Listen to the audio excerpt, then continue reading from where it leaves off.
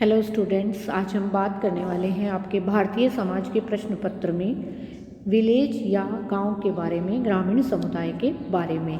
जैसा कि हम जानते हैं, भारत गांवों का देश है, जहां की लगभग 72% पॉपुलेशन जो है वो ग्रामीण क्षेत्र में निवास करती है।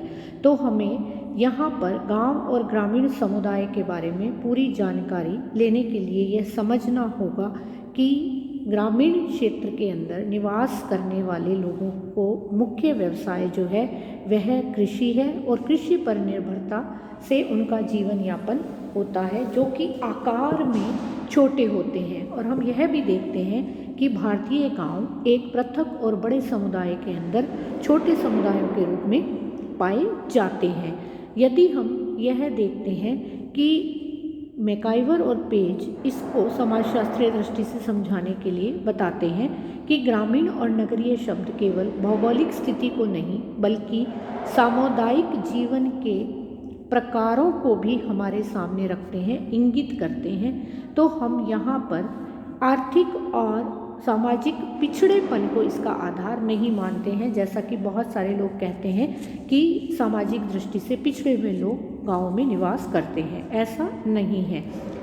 के.एन. श्रीवास्तव जो हैं वो अपनी पुस्तक व्हाट इज़ रूरल इंडिया में इसको समझाते हुए कहते हैं कि एक ग्रामीण क्षेत्र वह है जहां लोग कृषि उद्योग में लगे हुए हैं, अर्थात जो प्राथमिक उपयोग की वस्तुएं हैं उसको वे प्रकृति के सहयोग से प्राप्त करते हैं।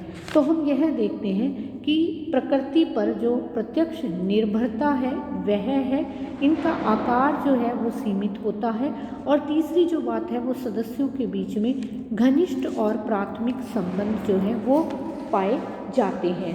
जब हम ग्रामीण समुदाय या गांव के अर्थ को देखने का प्रयास करते हैं तो हम यह देखते हैं कि एक निश्चित भूभाग पर निवास करने वाले कुछ भी व्यक्ति छोटे या बड़े समूह जो बना लेते हैं, जिनमें जनसंख्या जो है वो कम पाई जाती है और प्राथमिक संबंधों की प्राधान्यता होती है, जो कि सामाजिक और सांस्कृतिक समानता के साथ जुड़े हुए होते हैं, जिनको हम लघु समुदाय भी कहते हैं, ग्रामीण समुदाय कहलाते हैं।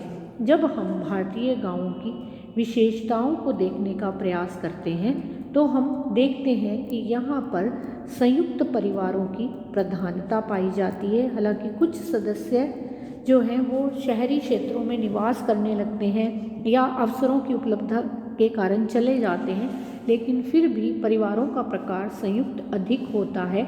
जाति प्रथा जो है वो आवश्यक रूप से ग्रामीण क्षेत्रों में उपस्थित रहती है। जजमानी प्रथा पाई जाती है और ग्राम पंचायतें प्रमुख स्थान जो हैं वो गांवों में रखती हैं। जनमत का प्रभाव पाया जाता है। पब्लिक ओपिनियन बहुत ज़्यादा जो है वो मायने रखती है ग्रामीण क्षेत्र में, और साथ ही साथ कम्युनिटी फीलिंग या वी फीलिंग जिसको हम कहते हैं, हम की भावना, वो इसका एक प्रमुख लक्षण दिखाई देता है। धार्मिक रूप से ये लोग एक दूसरे के साथ जुड़े रहते हैं। धार्मिक या धर्म का महत्व अत्यधिक पाया जाता है। ग्रामीण लोगों के बारे में कहा जाता है कि वो भाग्यवादी होते हैं और शिक्षा का प्रसार वहाँ पर कम होता है, जबकि शहरी क्षेत्रों में शिक्षा जो है वो अधिक प्रचार प्रसार को पा चुकी है। यहाँ पर इन समुदायों को आत्मनिर्भर कहा जाता है, क्योंकि बहुत सारी चीज़ें जो हैं वो प्रकृति पर निर्भरता से व्यक्ति जो है वो खुद वहाँ पर उत्पादन करता है। इनका जीवन सरल और सादा माना जाता है और मुख्य पेशा जो है वो खेती का माना जाता है। इस प्रकार से हम यह देखते हैं कि जब व्यक्ति इस प्रकार का जीवन व्यतीत करता है तो वहाँ पर विशेषीकरण का अभाव जो है वो पाया जाता है। जब हम ग्रामीण या भारतीय ग्राम को सामाजिक विचारकों की दृष्टि से समझने का प्रयास करते हैं तो यहाँ पर मैं नाम लेना चाहूँगी S.C. दुबे साहब का, प्रोफेसर S.C. दुबे, जो कि यह कहते हैं, जिन्होंने एक भारतीय गांव की संरचना समझाने के लिए हमें बताया कि हम इसको दो संदर्भों में समझ सकते हैं। पहला, भारतीय गांव एक पृथक इकाई के रूप में, यानी कि एक ऐसी इकाई जिसकी कि अपने आप में पृथकता है लेकिन वो संपूर्णता लिए हुए है। यहाँ पर वो ये कहते हैं, एक चित्र द्वारा हम इसको समझने का प्रयास करते हैं कि भारतीय गांवों की ये जो इकाई है ये हमें स्पष्ट रूप से दिखाती है कि यहाँ व्यक्ति जो है, व्यक्ति के बाद परिवार, उसका निकट का जो है नातेदारी या बंधु समूह जो है वो पाया जाता है।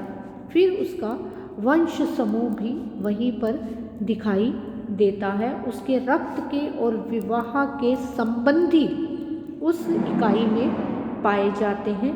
जातियाँ और उपजातियाँ जो हैं वो उस ग्रामीण क्षेत्र में निवास करती हैं। और हम यह देखते हैं कि वर्ण भी जो हैं वो यहाँ पर हमें उपस्थित दिखाई देते हैं, जो हम 4 वर्णों की बात समाज में करते हैं। तो भारतीय जो ये गांव हैं इनमें संयुक्त परिवार कृषि पर आधारित होते हैं और गांव के विभिन्न कार्यकलापों में घनिष्ठता से भाग लेते हैं। उत्पादन और उपभोग की इकाई भी यह गांव होते हैं। दूसरी जो वो स्थिति बताते हैं वो कहते हैं कि भारतीय गांव एक बड़े समुदाय के अंदर एक छोटा समुदाय है।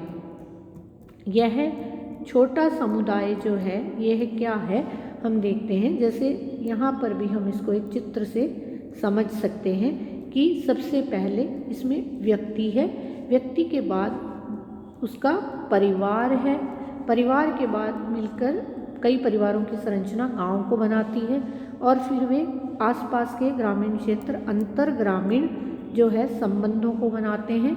फिर वह प्रदेश और फिर राष्ट्र की रचना करते हैं। तो इस प्रकार से हम देख सकते हैं कि हम इन गांवों को एक आत्मनिर्भर इकाई के रूप में देखते हैं।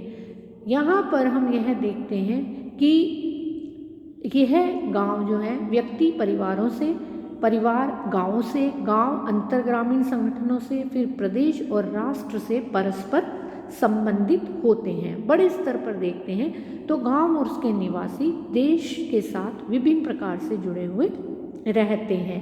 यदि हम गांव को और अधिक समझना चाहते हैं तो यहाँ पर 2 संदर्भों में हम उसको फिर से देखते हैं।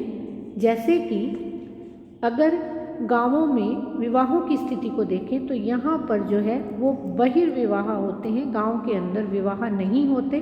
तो गांव की लड़कियां विवाह करके बाहर की तरफ चली जाती है, एक्सोगेमी यानी कि बाहर चली जाती हैं। और उसी प्रकार विवाह के द्वारा बहुओं के रूप में गाँव की जो दूसरे गांव की लड़कियां हैं वो आती हैं। तो उनके साथ साथ क्या होता है, भाषा, रीति रिवाज और संस्कृति जो है, रहन सहन की बातें वो भी एक से दूसरे गांवों में एक्सचेंज होती हैं, आती हैं।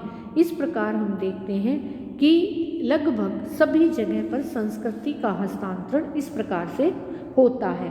यहाँ पर मजूमदार यह लिखते हैं कि भारतीय गांव जो है वो अब सीमित नहीं है, वो 4 दीवारी तक सीमित नहीं है, बल्कि वे भारत के बड़े समुदायों से भी संबंधित होते जा रहे हैं। और ये जो आत्मनिर्भर इकाइयाँ हैं उनमें भी विशेषीकरण दिखाई देने लगा है, क्योंकि वो अपनी फसलें बाहर बेचते हैं, दुग्ध उत्पादन करते हैं, उनको बाहर ले जाते हैं, वो गांव के अंदर ही खपत नहीं करते हैं। तो यदि हम भारतीय ग्रामीण समुदायों के विकास की चर्चा करते हैं, डेवलपमेंट की चर्चा करते हैं, तो हम देखते हैं कि प्राचीन काल और फिर मध्यकाल और फिर आधुनिक काल 3 भागों में बांटकर हम इसको समझ सकते हैं। प्राचीन काल में हम देखते हैं कि हमें धर्म ग्रंथों में ग्रामीण स्थितियां जो हैं वो दिखाई देती हैं। जैसे कि हम स्मृतियों, रामायण, महाभारत, कौटिल्य के अर्थशास्त्र में ग्रामीण समुदायों का वर्णन देखते हैं। कौटिल्य के अर्थशास्त्र में तो हम देखते हैं कि ये जब उल्लेख करते हैं ग्रामीण समुदायों का तो उसको कई तरह से बांटते हैं, गोप, स्थानिक, प्रदेशता इत्यादि में। जैसे गोप जो है वो 5 से 10 गांवों का अधिकारी होता था, उसके ऊपर स्थानिक होता था और फिर उससे बड़ा प्रदेशता कहलाता था। और ये लोग भी वही काम करते थे जो हम आज देखते हैं कि लोगों के जान माल की रक्षा करना, राजस्व एकत्रित करना और दीवानी और फौजदारी मुकदमे निपटाना। इस बात के बाद हम देखते हैं कि मध्यकाल में ग्रामीण स्थितियाँ कैसी थी। यहाँ पर हम ये देखते हैं कि जब हिंदू शासकों की बात करते हैं तो लोग कहते हैं कि प्रजा के प्रति ये उदासीन होते चले गए शासक, प्रजा अपना ध्यान स्वयं रखने लगी। तब मंदिर और पंचायतें जो हैं वो बहुत ज़्यादा उभर कर सामने आई और वे लोगों की सहायता करने लगी, भोजन इत्यादि की व्यवस्था करने लगी, धार्मिक और सांस्कृतिक कार्यक्रमों को संपादित करने लगी। तो इस प्रकार यह व्यवस्थाएं हमें दिखाई देती हैं। आधुनिक काल में जब हम देखते हैं तो बहुत सारे लोगों ने भारतीय गांवों का अध्ययन किया, जिसमें कि बेडन पावेल इत्यादि लोगों को हम देखते हैं। ये लोग जो थे ये कहते हैं कि इसको हम लघु समुदाय के रूप में देखते हैं, जिस समुदाय में श्रम विभाजन और विशेषीकरण का अभाव था, लेकिन स्तरीकरण जो है वो उपस्थित था। और स्तरीकरण चारों वर्णों के रूप में हमें दिखाई देता है। यहाँ चर्चा करना चाहेंगे दुबे, मैकिम मैरियट इत्यादि की, जो कि ये कहते हैं कि भारतीय गांव जो हैं उनको हम एक तो पृथक इकाई के रूप में समझ सकते हैं और एक लघु समुदाय के अंदर बड़े समुदाय के रूप में समझ सकते हैं। अंग्रेजी शासन ने भारतीय गांवों में राजनीतिक शक्ति, जकड़ों का निपटारा और पंचायत के प्रभुत्व को समाप्त किया। हालांकि आज हम पंचायती राज व्यवस्था के रूप में एक स्वशासन की स्थिति जो है, स्थानीय शासन की स्थिति भारतीय गांवों में देखते हैं, जो कि शक्ति और सत्ता के एक प्रमुख केंद्र के रूप में उभर कर सामने आ रही है। हम यह भी देख रहे हैं कि बहुत सारी नवीन जो है विधियों का, नवाचारों का जो है वो ग्रामीण क्षेत्रों पर प्रभाव पड़ता हुआ दिखाई देता है, जिसमें कि औद्योगिकरण, नगरीकरण, नवीन यातायात या संचार के साधन जो हैं और शिक्षा व्यवस्था में बदलाव के कारण शिक्षा का फैलाव और प्रचार प्रसार हमें दिखाई देने लगा है। और इस प्रकार से बहुत सारी चीज़ें जो हैं वो गाँव में बदलती हुई दिखाई देती हैं।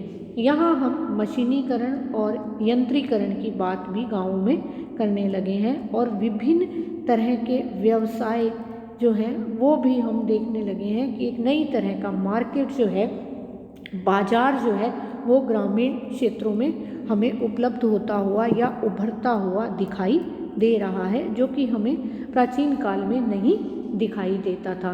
तो इस प्रकार से हम यह देखते हैं कि आर्थिक क्षेत्र में परंपरागत व्यवसायों पर प्रभाव तो पड़ा ही है और मुद्रा जो विनिमय है वो बहुत महत्वपूर्ण हो गया है।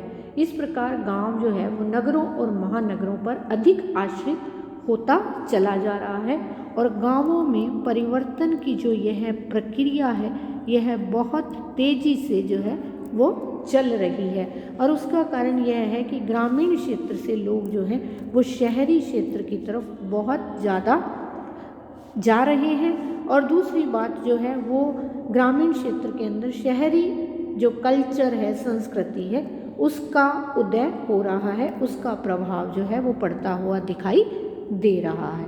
धन्यवाद।